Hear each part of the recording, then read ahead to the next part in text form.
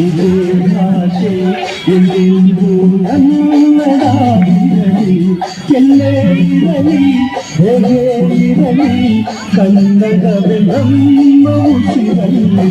ಇದೇ ನಾಡು ಇದೇ ಭಾಷೆ ಎಂದೆಂದೂ ನನ್ನದಾಗಿರಲಿ, ಎಲ್ಲೇ ಇರಲಿ ಹೇಗೆ ಇರಲಿ ಕನ್ನಡವೇ ನಮ್ಮ ಉಸಿರಲ್ಲಿ. ನಮಸ್ತೆ ಕರುನಾಡು. ಪಲ್ಲವರ ಅವಮಾನವನ್ನು ಮೆಟ್ಟಿ ನಿಂತು ಪಲ್ಲವರನ್ನೇ ಸೋಲಿಸಿ ಕನ್ನಡಿಗರ ಸ್ವಾಭಿಮಾನವನ್ನು ಎತ್ತಿ ಹಿಡಿದು ಮೊಟ್ಟ ಮೊದಲ ಕನ್ನಡದ ರಾಜ್ಯವನ್ನು ಕಟ್ಟಿದ ಕದಂಬರ ಬಗ್ಗೆ ನಿಮಗೆ ಗೊತ್ತೇ?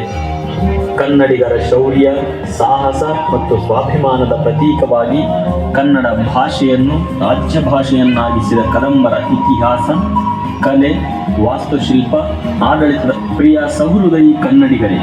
ಕನ್ನಡಿಗರ ಸ್ವಾಭಿಮಾನವನ್ನು ಪರೀಕ್ಷಿಸಿದ ಪಲ್ಲವರ ಸೊಲ್ಲಡಗಿಸಿ ಕನ್ನಡದ ರಾಜಲಕ್ಷ್ಮಿಯನ್ನು ಪ್ರತಿಷ್ಠಾಪಿಸಿ ಕನ್ನಡಿಗರ ಶೌರ್ಯವನ್ನು ವಿಶ್ವಕ್ಕೆ ತಿಳಿಸಿದ ಶ್ರೇಯ ಕದಂಬರ ಮೊಟ್ಟ ಮೊದಲ ರಾಜ ಮಯೂರವರ್ಮನಿಗೆ ಸಲ್ಲುತ್ತದೆ. ತಾಳಗುಂದ ಶಾಸನದ ಪ್ರಕಾರ ಮಯೂರ ಶರ್ಮ ಎಂಬ ಬ್ರಾಹ್ಮಣ ವಿದ್ಯಾರ್ಥಿಯು ಪಲ್ಲವರ ರಾಜಧಾನಿ ಕಂಚಿಯಲ್ಲಿದ್ದಾಗ ಪಲ್ಲವ ಅಧಿಕಾರಿಗಳಿಂದ ಅವಮಾನಕ್ಕೊಳಗಾಗುತ್ತಾನೆ.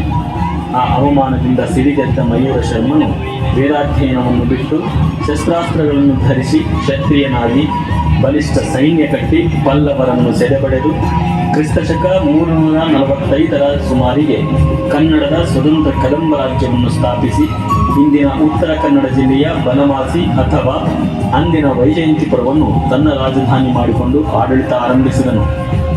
ಸಿಂಹವನ್ನು ರಾಜಲಾಂಛನವನ್ನಾಗಿ ಹಾಗೂ ವಾನರ ಧ್ವಜವನ್ನು ರಾಜಧ್ವಜವನ್ನಾಗಿಸಿಕೊಂಡು ಕ್ರಿಸ್ತಶಕ 345ರಿಂದ 365ರವರೆಗೆ ಆಳ್ವಿಕೆ ಮಾಡಿದ ಕರ್ನಾಟಕದ ಪ್ರಥಮ ಚಕ್ರವರ್ತಿಯಾದ ಮಯೂರ ಶರ್ಮನ ಸೈನಿಕ ಸಾಧನೆಗಳನ್ನು ಮತ್ತು ಆತ ಕೊಳ ನಿರ್ಮಿಸಿದ ಬಗ್ಗೆ ಚಂದ್ರವಳ್ಳಿಯ ಶಾಸನ ತಿಳಿಸುತ್ತದೆ.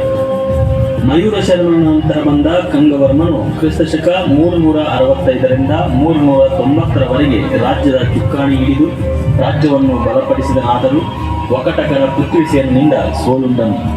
ಈತನ ಉತ್ತರಾಧಿಕಾರಿಯಾಗಿ ಬಂದ ಭಗೀರಥನು ಗುಪ್ತರೊಂದಿಗೆ ಉತ್ತಮ ಸಂಬಂಧಗಳನ್ನು ಹೊಂದುವ ಮೂಲಕ ರಾಜ್ಯವನ್ನು ಮರುಸ್ಥಾಪಿಸಿ ಕ್ರಿಸ್ತಶಕ 390ರಿಂದ 415ರವರೆಗೆ ಆಳ್ವಿಕೆ ಮಾಡಿದನು. ಇವನ ನಂತರ ಅಧಿಕಾರಕ್ಕೆ ಬಂದ ಕ್ರಿಸ್ತಶಕ 435ರಿಂದ 455ರವರೆಗೆ ಆಳ್ವಿಕೆ ಮಾಡಿದ ಕಾಕುತ್ಸವರ್ಮನು ಕದಂಬರ ಅತ್ಯಂತ ಶ್ರೇಷ್ಠ ದೊರೆ. ಇವನು ಒಕಟಕರು ಹಾಗೂ ಗುಪ್ತ ಸಾಮ್ರಾಜ್ಯದ ಅರಸರೊಂದಿಗೆ ವಿವಾಹ ಸಂಬಂಧಗಳನ್ನಿಟ್ಟುಕೊಂಡಿರುವುದನ್ನು ಗಮನಿಸಿದಾಗ ಈತನ ಕಾಲದಲ್ಲಿ ಭಾರತದಲ್ಲಿ ಕದಂಬರ ಘನತೆ ಎಷ್ಟಿತ್ತು ಎಂಬುದನ್ನು ಸೂಚಿಸುತ್ತದೆ. ಕನ್ನಡದಲ್ಲಿ ದೊರಕಿರುವ ಮೊಟ್ಟ ಮೊದಲ ಶಾಸನವಾದ ಅಲ್ಮಿಡಿ ಶಾಸನ ಹಾಗೂ ತಾಳಗುಂದದ ಸ್ತಂಭ ಶಾಸನವನ್ನು ಕೆತ್ತಿಸಿದ ಕಾಕುತ್ಸವರ್ಮನಿಗೆ ಧರ್ಮರಾಜ, ಧರ್ಮ ಮಹಾರಾಜ ಎಂಬ ಬಿರುದುಗಳಿದ್ದವು. ಕಾಕುತ್ಸವರ್ಮನ ನಂತರದ ದೊರೆಗಳಲ್ಲಿ ಕ್ರಿಸ್ತಶಕ 485ರಿಂದ 516ರವರೆಗೆ ಆಳ್ವಿಕೆ ಮಾಡಿದ ರವಿವರ್ಮನು ಪಲ್ಲವರ ಮತ್ತು ಗಂಗರ ಮೇಲೆ ಜಯ ಸಾಧಿಸಿ ರಾಜ್ಯವನ್ನು ವಿಸ್ತರಿಸಿದ. ಪಲ್ಲವರ ವಿರುದ್ಧ ಗೆರಿಲ್ಲಾ ಯುದ್ಧ ತಂತ್ರಗಳಿಗೆ ಹೆಸರಾಗಿದ್ದ ರವಿವರ್ಮನ ಕಾಲದಲ್ಲಿ ಕದಂಬ ರಾಜ್ಯವು ತನ್ನ ಉಚ್ಛ್ರಾಯ ಸ್ಥಿತಿಯಲ್ಲಿತ್ತು.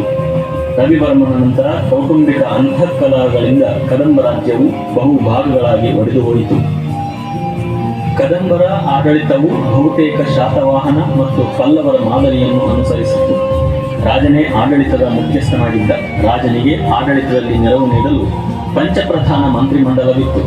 ರಾಜನಿಗೆ ಮುಖ್ಯ ಸಲಹೆಗಾರನಾಗಿ ಪ್ರಧಾನಮಂತ್ರಿ, ಅರಮನೆಯ ವ್ಯವಹಾರಗಳನ್ನು ನೋಡಿಕೊಳ್ಳುವುದಕ್ಕಾಗಿ ಮನೆ ಸೇರ್ಗಡೆ, ವಿದೇಶಾಂಗ ವ್ಯವಹಾರಗಳಿಗಾಗಿ ತಂತ್ರಪಾಲ, ತಾಂಬೂಲ ಪಾರುಪತ್ಯಗಾರನಾಗಿ ಪ್ರಮುಖ ಪಾಲ, ಮಂತ್ರಿಮಂಡಲದ ಪ್ರಧಾನ ಕಾರ್ಯದರ್ಶಿಯಾಗಿ ಸಭಾ ಕಾರ್ಯ ಸಚಿವ, ಹೀಗೆ 5 ಜನರ ಮಂತ್ರಿಮಂಡಲವಿತ್ತು. ಕದಂಬರ ಕಾಲದಲ್ಲಿ ಸ್ಥಳೀಯ ಆಡಳಿತ ಪದ್ಧತಿ ಜಾರಿಯಲ್ಲಿತ್ತು. ಆಡಳಿತದ ರಾಜ್ಯವನ್ನು ವಿಷಯ, ಪಟ್ಟಣ, ಗ್ರಾಮ ಎಂದು ವಿಂಗಡಿಸಲಾಗಿತ್ತು. ರಾಷ್ಟ್ರೀಕ ಅಥವಾ ದೇಶಾಧಿಪತಿ ರಾಜ್ಯದ ಪ್ರಮುಖ ಅಧಿಕಾರಿಯಾಗಿದ್ದ. ವಿಷಯಪತಿ ಅಥವಾ ಮನ್ಯೆಯ ವಿಷಯದ ಮುಖ್ಯಸ್ಥನಾಗಿರುತ್ತಿದ್ದ.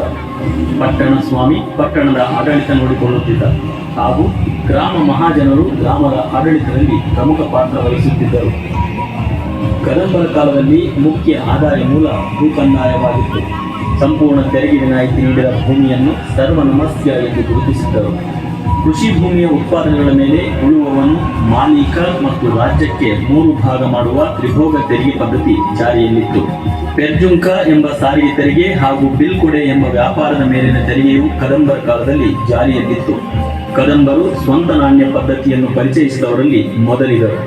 ಗದ್ಯಾಣ ಎಂಬ ಮುಖ್ಯ ಚಿನ್ನದ ನಾಣ್ಯಗಳು, ನಾಣ್ಯದ ಮಧ್ಯದಲ್ಲಿ ಪದ್ಮದ ಚಿತ್ರ ಹೊಂದಿರುವ ಪದ್ಮಟಂಕ ಎಂಬ ಬೆಳ್ಳಿಯ ನಾಣ್ಯಗಳು ಹಾಗೂ ದ್ರುಮ್ಮ, ತಮ, ಸುವರ್ಣ ಎಂಬ ನಾಣ್ಯಗಳು ಚಾಲ್ತಿಯಲ್ಲಿದ್ದವು. ಕೆಲವು ನಾಣ್ಯಗಳಲ್ಲಿ ಕನ್ನಡ ಲಿಪಿಯಲ್ಲಿ ವೀರ ಮತ್ತು ಸ್ಕಂದ ಎಂಬ ಹೆಸರುಗಳು ಕಂಡುಬಂದಿವೆ. ಕದಂಬರ ಕಾಲದಲ್ಲಿ ಮಾತೃಪ್ರಧಾನ ಮತ್ತು ಅವಿಭಕ್ತ ಕುಟುಂಬ ಪದ್ಧತಿ ಚಾಲ್ತಿಯಲ್ಲಿತ್ತು. ಬ್ರಾಹ್ಮಣ, ಕ್ಷತ್ರಿಯ, ವೈಶ್ಯ, ಶೂದ್ರ ಎಂಬ 4 ವರ್ಣಗಳು ಅಸ್ತಿತ್ವದಲ್ಲಿದ್ದವು. ವೈದಿಕ ಧರ್ಮದ ಅನುಯಾಯಿಗಳಾದ ಕದಂಬರು ತಾಳಗುಂದದ ಪ್ರಾಣೇಶ್ವರನನ್ನು ಕುಲದೇವರಾಗಿ ಹಾಗೂ ಬನವಾಸಿಯ ಮಧುಕೇಶ್ವರನನ್ನು ಮನೆದೇವರಾಗಿ ಆರಾಧಿಸುತ್ತಿದ್ದರು. ಶಿವ ಮತ್ತು ವಿಷ್ಣು ದೇವರ ಆರಾಧನೆ ಪ್ರಮುಖವಾಗಿ ಜರುಗುತ್ತಿತ್ತು. ಜೈನ ಮತ್ತು ಬೌದ್ಧ ಧರ್ಮಗಳಿಗೂ ಕದಂಬರು ಆಶ್ರಯ ನೀಡಿದ್ದರು. ಶಿಕ್ಷಣಕ್ಕೆ ಹೆಚ್ಚಿನ ಮಹತ್ವ ನೀಡಿದ್ದ ಕದಂಬರ ಕಾಲದಲ್ಲಿ ಗುರುಕುಲ ಶಿಕ್ಷಣ ಪದ್ಧತಿ ಚಾಲ್ತಿಯಲ್ಲಿತ್ತು. ತಾಳಗುಂದ, ಬಳ್ಳಿಗಾಮೆ, ಬನವಾಸಿ ಮತ್ತು ಅಗ್ರಹಾರಗಳಲ್ಲಿ ಘಟಿಕಾ ಸ್ಥಳಗಳೆಂಬ ಉನ್ನತ ವಿದ್ಯಾ ಕೇಂದ್ರಗಳು ಪ್ರಚಲಿತದಲ್ಲಿದ್ದವು. ಘಟಕದಲ್ಲಿ ಓದಿದವರಿಗೆ ಘಟಿಕಾ ಸಾಹಸಿ ಎಂಬ ಬಿರುದನ್ನು ನೀಡುತ್ತಿದ್ದರು. ಕದಂಬರ ಕಾಲದಲ್ಲಿ ಕನ್ನಡ ಭಾಷೆ ಆಡಳಿತಾತ್ಮಕ ಸ್ಥಾನ ಪಡೆಯಿತು. ಕ್ರಿಸ್ತಶಕ 450ರಲ್ಲಿ ನಿರ್ಮಿಸಿದ ಹಲ್ಮಿಡಿ ಶಾಸನ ಈವರೆಗೆ ದೊರೆತಿರುವ ಕನ್ನಡದ ಪುರಾತನ ಶಾಸನವಾಗಿದೆ. ಕನ್ನಡಕ್ಕಿಂತ ಪೂರ್ವದಲ್ಲಿ ಶಾಸನಗಳು ಪ್ರಾಕೃತ ಅಥವಾ ಸಂಸ್ಕೃತದಲ್ಲಿ ಇದ್ದವು. ಕದಂಬರು ಕನ್ನಡ ಭಾಷೆಗೆ ರಾಜಾಶ್ರಯ ನೀಡಿದರು. ಕದಂಬರ ವಾಸ್ತುಶಿಲ್ಪವು ಕರ್ನಾಟಕದ ದೇವಾಲಯ ನಿರ್ಮಾಣ ಶೈಲಿಗೆ ಒಂದು ವಿಶಿಷ್ಟ ಕೊಡುಗೆಯನ್ನು ನೀಡಿದೆ. ಬನವಾಸಿಯ ಮಧುಕೇಶ್ವರ ದೇವಾಲಯ, ತಾಳಗುಂದದ ಪ್ರಾಣೇಶ್ವರ ದೇವಾಲಯ, ಹಲಸಿ ಮತ್ತು ಬೇಗಾಮಿಯ ಕೆಲವು ಪ್ರಾಚೀನ ದೇವಾಲಯಗಳು ಮತ್ತು ಜೈನ ಬಸದಿಗಳು ಕದಂಬರ ವಾಸ್ತುಶಿಲ್ಪದ ಕೈಗನ್ನಡಿಗಳಾಗಿದ್ದು, ದೇವಸ್ಥಾನಗಳ ಶಿಖರಗಳು ಮೆಟ್ಟಿಲಾಗಿ ಪಿರಮಿಡ್ ಆಕಾರದಲ್ಲಿ ಮೇಲೇರಿ ಮೇಲೆ ಕಲಶದಿಂದ ಕೊನೆಗೊಳ್ಳುವ ಕದಂಬ ಶಿಖರ ಕದಂಬ ಶೈಲಿಯ ಪ್ರಮುಖ ಲಕ್ಷಣ. ಶಿಖರದಲ್ಲಿ ಯಾವುದೇ ಅಲಂಕಾರಗಳಿಲ್ಲದೆ ಸರಳವಾಗಿರುತ್ತದೆ. ಈ ಶೈಲಿಯು ನಂತರ ಬಂದ ಚಾಲುಕ್ಯ ಮತ್ತು ಹೊಯ್ಸಳ ಶೈಲಿಗಳ ಮೇಲೆ ಪ್ರಭಾವ ಬೀರಿತು. ಚೀನಿ ಯಾತ್ರಿಕ ಯುಯನ್ ಸಾಂಗ್ ಕದಂಬರ ಕಾಲದಲ್ಲಿ ಬನವಾಸಿಗೆ ಭೇಟಿ ನೀಡಿದ್ದನು. ಇಂದಿನ ಬಹುತೇಕ ಕರ್ನಾಟಕ, ಗೋವಾ ಮತ್ತು ಮಹಾರಾಷ್ಟ್ರದ ದಕ್ಷಿಣ ಭಾಗಗಳನ್ನು ಒಳಗೊಂಡಿದ್ದಂತಹ ಕದಂಬ ಸಾಮ್ರಾಜ್ಯ ರವಿವರ್ಮನ ನಂತರ ರಾಜಮನೆತನದಲ್ಲಿ ಅಧಿಕಾರಕ್ಕಾಗಿ ಅಂತಃಕಲಹಗಳು ಹಾಗೂ ದಕ್ಷಿಣದ ಪಲ್ಲವರು ಮತ್ತು ಉತ್ತರದಿಂದ ಉದಯಿಸಿದ ಬಾದಾಮಿಯ ಚಾಲುಕ್ಯರ ನಿರಂತರ ದಾಳಿಗಳಿಂದ ಅವನತಿಯತ್ತ ಸಾಗಿತು. ಕ್ರಿಸ್ತಶಕ 6ನೇ ಶತಮಾನದ ಮಧ್ಯಭಾಗದಲ್ಲಿ ಬಾದಾಮಿಯ ಚಾಲುಕ್ಯರ ದೊರೆ ಇಮ್ಮಡಿ ಪುಲಿಕೇಶಿ ಕದಂಬರ ಮುಖ್ಯ ಚಾಟಿಯನ್ನು ಸೋಲಿಸಿ ಸಾಮ್ರಾಜ್ಯವನ್ನು ತನ್ನ ಅಧೀನಕ್ಕೆ ತೆಗೆದುಕೊಂಡನು.